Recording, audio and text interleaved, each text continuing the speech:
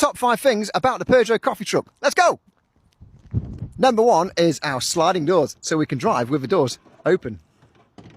And number 2 is the low-rider look. I love the way the wheels and the tyres are tucked underneath the arches with only a couple of mil clearance. It's cool. Low, low, low, low. 3 is our LED lights. We replaced the original lights for some more modern ones. 4 is our Peugeot Motorsport livery, which works really well.